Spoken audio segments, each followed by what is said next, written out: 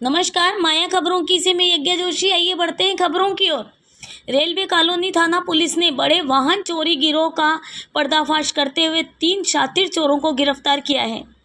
Police ने इनके कब्जे से 7 चुराई गई इको कार, 1 इंजन और 5 संदिग्ध कारें बरामद की हैं। चोरों का नेटवर्क इको गाड़ियों पर खास ध्यान देता था, क्योंकि बाजार में इनकी डिमांड ज़्यादा थी।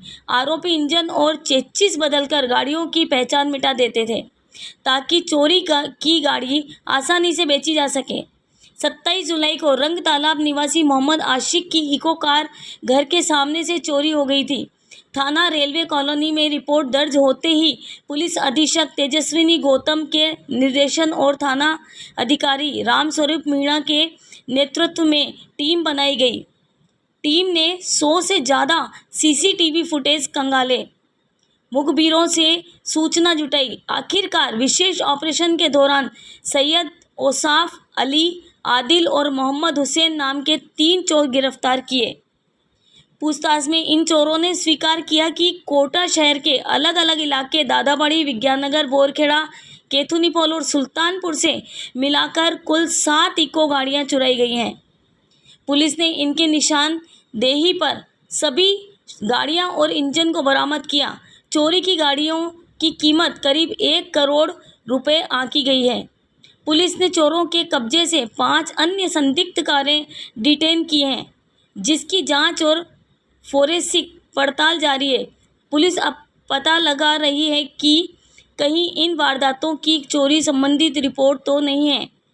गिरफ्तार चोरों से आगे की पूछताछ और गिरोह के दूसरे सदस्यों की तलाश जारी है। केथुनीपोल की है, सुल्तानपुर कोटा ग्रामीण की गाड़ी है, उद्योग नगर, बोरखेड़ा, दादाबाड़ी और विज्ञान नगर की गाड़ियाँ हैं। इसके साथ साथ 5 ऐसी संदिग्ध मॉडिफाइड गाड़ियाँ हैं जिनके इंजन नंबर, चेसिस नंबर अलग अलग है। तो ये जो पूरा गिरोह है ये मिलकर काम करता था। एक व्यक्ति चुराता था, दूसरा व्यक्ति बेचान में हेल्प करता था, तीसरा उसको है बड़ी वारदात है। देखिए, थाना रेलवे कॉलोनी ने की टीम ने अथक प्रयासों से बहुत ही शानदार काम करते हुए एसएचओ रामस्वरूप और सीओ गंगा साहब और एडिशनल एसपी दिलीप सैनी जी के नेतृत्व में एक बड़ी गैंग का खुलासा किया है, जिसमें ये गैंग मारुति सुजुकी इको वाहन चोरी करती थी। एक व्यक्ति चोरी करता था, दूसरा उसको बेचान करने में मदद करता था, तीसरा उसको मॉडिफाई करके अन्य जगहों पर अन्य लोगों को ज़िले से बाहर, कभी कभी स्टेट से बाहर भी बेचान करते थे। ये 3 व्यक्तियों को गिरफ्तार किया है, सैयद औसाफ अली, आदिल पुत्र जमील, मोहम्मद हुसैन उर्फ बल्लू। इन तीनों को एक गैंग के रूप में जो ऑपरेट करते थे, हार्डकोर क्रिमिनल्स के रूप में ऑपरेट करते थे, इनको गिरफ्तार बरामद हुई हैं। वो तो सारी कोटा और कोटा के आसपास के ज़िलों की है, लेकिन क्योंकि 5 ऐसे संदिग्ध वाहन भी बरामद हुए हैं इनसे, जिनके इंजन नंबर, चेसिस नंबर बदले हुए हैं और अलग अलग वाहनों के प्रतीत होते हैं, तो हम इनसे एफएसएल करा के, इनसे और पूछताछ करके, इनके और कौन गैंग मेंबर्स या और कौन साथी कोई दूसरी गैंग के जो चोरी करते थे इस तरीके से हैं, उनसे और पूछताछ करेंगे। और हमें निश्चित रूप से उम्मीद है कि इसमें और भी या तो गैंग मेंबर्स के मिलने की हमें संभावना है, या और गाड़ियाँ जो ये इस तरीके से चलाते थे उनकी भी मिलने की संभावना है।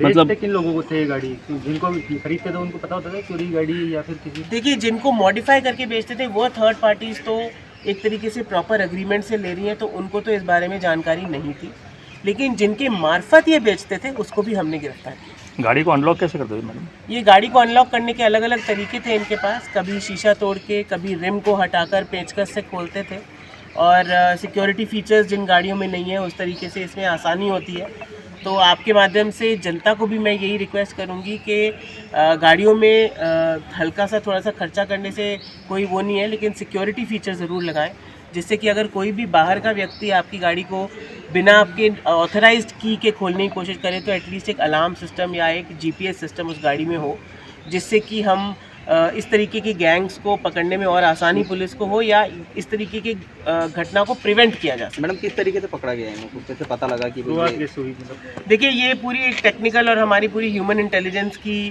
टीम है। टीम ने बहुत मेहनत करी, एक से एक कड़ी को जोड़ा, सीसीटीवी कैमरों को देखा, अलग अलग लोगों से पूछताछ करके इन तक पहुँचे हैं।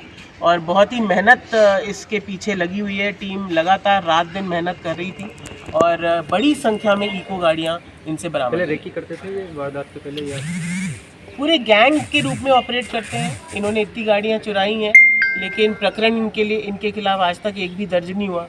ये भी बताता है कि काफ़ी शातिर तरीके से घटना को अंजाम दिया। करते हुए कहाँ से चुराए मैडम? कोटा शहर की बात है। कोटा शहर में मैंने जैसे आपको बताया कि रेलवे कॉलोनी, कैथूनी पोल के 2 मुकदमे, उद्योग नगर, बोड़खेड़ा, दादाबाड़ी और विज्ञान नगर, यहाँ से तो इन्होंने कोटा शहर से चुराई है, कोटा ग्रामीण से भी चुराई है और 5 जो अन्य जो हमें संदिग्ध वाहन मिले हैं उनकी अभी हम FSL और बाकी जानकारी ले रहे हैं, क्योंकि उनके engine number, chassis number different. तो आपराधिक रिकॉर्ड नहीं है मैम, तो माना जा सकता है बहुत सारी और वारदातें की होगी। डेफिनेटली मैंने जैसा कि आपको कहा, अभी इनसे पूछताछ और अनुसंधान लगातार जारी रहेगा। इनके जितने भी साथी गैंग मेंबर्स हैं या कोई और साथी गैंग्स हैं जो इस तरीके की वारदातों में लिप्त हैं, उनके खिलाफ भी कोटा शहर पुलिस की जीरो टॉलरेंस रहेगी और सख्त से सख्त कार्रवाई इनके मैं खिलाफ। टोल से भी कुछ मदद मिल पाई है? मतलब जैसे गाड़ियाँ वहाँ से लेके जाते हो, जैसे फास्टैग या रीडिंग करने में टोल से कुछ आपको मदद मिली हो? देखिए, ज़रूर हर तरीके से मदद हम हर तरीके से टेक्निकल इनपुट से, ह्यूमन इंटेलिजेंस इनपुट से हम लोग जुटाते हैं। बहुत सारी चीज़ें हम आपको इसलिए भी ओपन नहीं करना चाहते कि बहुत सारी गैंग्स आगाह हो जाती कि अगर वहाँ कोई घटना होती है तो फिर उस पर्टिकुलर घटना कारित करने वाले आरोपी के लिए भागने का कोई रास्ता नहीं बचे। उसका इम्पैक्ट ये आया कि हमें 2 आर्म्स एक्ट की कार्रवाई हुई उसी रात को, एक NDPS की कार्रवाई हुई, बहुत सारे संदिग्ध वाहन हमने जब्त करे। तो इस तरीके से हम चेंज कर करके एक सरप्राइज एलिमेंट रख के कि कोई भी आरोपी पुलिस की नेक्स्ट मूव को पहले से एंटिसिपेट नहीं कर पाए, तो स्मार्ट पुलिसिंग करके ये कर रहे हैं। और डेफिनेटली मुझे लगता है कि अभी पिछले दिनों बहुत गिरावट भी आई है चाकूबाजी की घटनाओं में। जिन्होंने की है उनके खिलाफ कोटा पुलिस ने अपराधियों में भय का एक बहुत अच्छा संदेश दिया है और पूरी टीम जो है लगातार मेहनत कर रही है कि इस तरह की घटनाओं की पुनरावृत्ति ना हो। साइबर ठगी की वारदातें भी बढ़ती जा रही है मैडम, उसको लेकर भी क्या प्रशिक्षण दिया जा रहा है किसी तरह का? देखिए, कैपेसिटी बिल्डिंग हमारा एक बहुत ही इम्पोर्टेंट एस्पेक्ट है। हमारे DG साहब के भी निर्देशन है और श्रीमान माननीय मुख्यमंत्री महोदय के भी निर्देशन है कि साइबर ऑफेंसेस के खिलाफ कैपेसिटी बिल्डिंग के साथ साथ उनके ऊपर रोकथाम के कड़े साधन हो, हमारे पास कड़ी पुलिसिंग हो और उसके ऊपर लगातार कार्रवाई की जा रही है। आपने कोचिंग इलाके में जो जहाँ कोचिंग स्टूडेंट ज़्यादा रहते हैं वहाँ दौरा भी किया, निरीक्षण भी किया था ना, कोई नया प्लान स्टूडेंट की सुरक्षा को लेकर? बिल्कुल, जैसे जैसे आगे बढ़ेंगे नया प्लान बनाएंगे, आपके साथ साझा करेंगे। ठीक है।